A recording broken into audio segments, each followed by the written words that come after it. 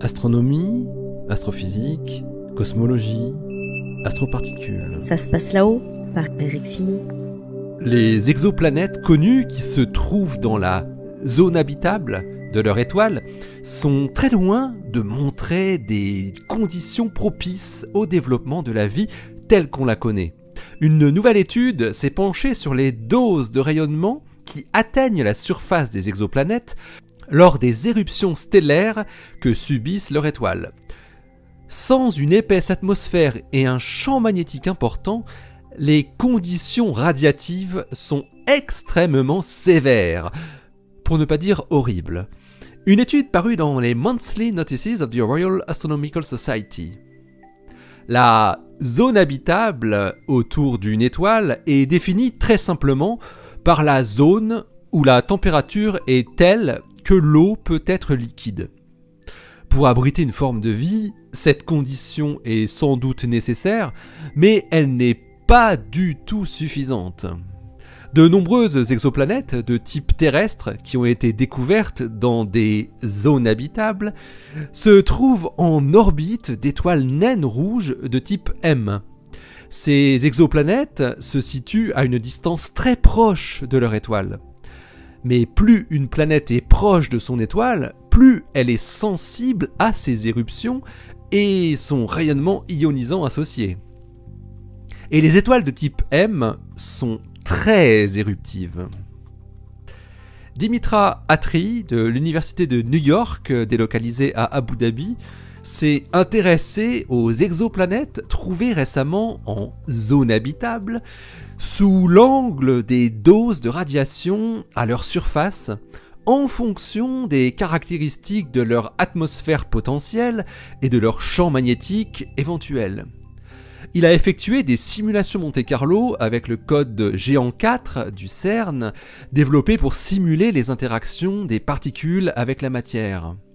Il l'a appliqué avec les particules qui sont produites lors des éruptions des étoiles naines de type M, principalement des protons, en faisant varier à la fois les valeurs de flux et la distribution spectrale en énergie des particules, en se basant sur un historique de 70 événements d'éruption réels enregistrés sur le Soleil entre 1956 et 2012. Sachant que les étoiles naines de type M, qui ont une rotation rapide, connaissent des éruptions 100 fois plus fréquemment que les étoiles de type G comme le Soleil. Du côté planète, Atri a fait varier l'épaisseur d'atmosphère de la planète et son champ magnétique pour voir comment évoluer la dose de rayonnement au niveau de la surface planétaire. Il existe aujourd'hui une grosse douzaine d'exoplanètes rocheuses situées en zone habitable, les plus connues étant Proxima Centauri b et les 3 planètes du système de TRAPPIST 1, c'est-à-dire TRAPPIST 1e, F et G. Les protons énergétiques issus des éruptions stellaires sont appelés des SPE, des événements de protons stellaires. Ils sont ionisants, pouvant détruire ou altérer des molécules d'ADN, mais ils génèrent aussi directement des dommages dans les atmosphères en produisant une érosion et des réactions chimiques. Les simulations de Atri montrent que le spectre en énergie considéré pour les protons a un impact très important sur la dose de rayonnement reçue au niveau du sol de la planète, mais aussi l'épaisseur de l'atmosphère. Le champ magnétique, lui, a un peu moins d'impact. Sur la planète TRAPPIST 1e, par exemple, qui se trouve à 0,028 unités astronomiques de son étoile, avec un champ magnétique comparable à celui de la Terre et une atmosphère 10 fois moins épaisse, une éruption produisant un flux de 10 puissance 11 protons par centimètre carré, typique d'une éruption solaire ayant eu lieu le 24 août 1998, induit une dose en surface de 5,07 Gray. Avec une épaisseur d'atmosphère similaire à la nôtre, la dose de rayonnement est divisée par 1000, descendant à 3,9 milligray. En absence totale de champ magnétique de la planète, les valeurs de dose sont multipliées par 3. Pour ce qui est de la planète Proxima Centauri b, avec les mêmes paramètres, la dose est de 1,7 Gray, avec un champ magnétique terrestre, et 5 Gray sans champ magnétique. Outre les 3 planètes rocheuses intéressantes de TRAPPIST-1 et Proxima b, Atri a également étudié 6 autres exoplanètes, GJ667cF, GJ667ce, Kepler 1229b, Kepler 442b, Kepler 186f et Kepler 62f. La dose qu'il trouve sur ces planètes est toujours supérieure à 5 mg pour une seule éruption de 10 puissance 11 protons par centimètre carré, en considérant une atmosphère 10 fois moins épaisse que l'atmosphère terrestre.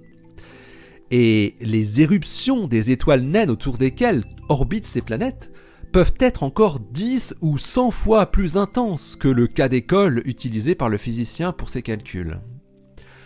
Pour donner une comparaison de chiffres, la dose de rayonnement à 1 km de l'hypocentre de l'explosion atomique de Hiroshima le 6 août 1945 a été estimée à 7 Gray.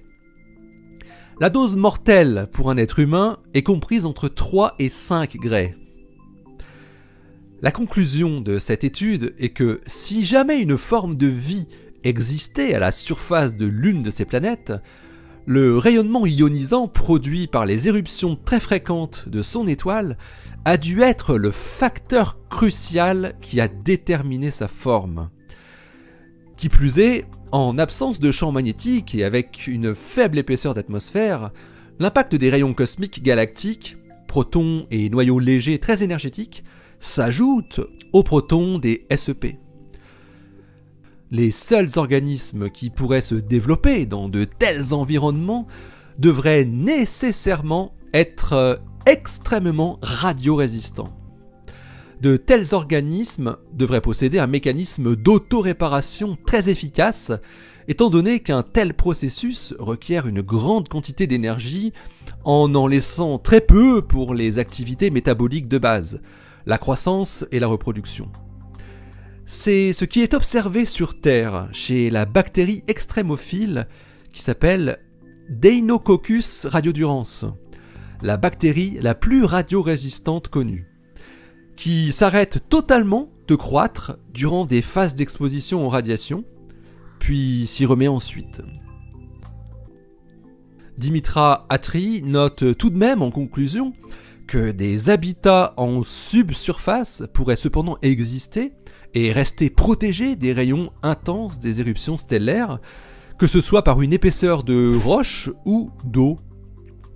On peut aussi penser que les rayonnements ionisants aient pu jouer un rôle dans l'apparition de systèmes vivants en favorisant des réactions chimiques sur des composants organiques et notamment des molécules prébiotiques. En résumé, les planètes en zone habitable ne sont absolument pas habitables au sens où on pourrait l'entendre classiquement. Et en tout cas, pas par n'importe quel organisme vivant. Loin s'en faut. L'article de Dimitra Atri est paru dans Monthly Notices of the Royal Astronomical Society, daté de janvier 2020.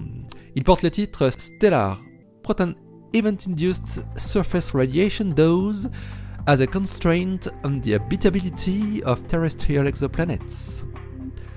Allez, d'ici la prochaine, portez-vous bien, restez bien les yeux vers le ciel et les pieds sur terre. Salut!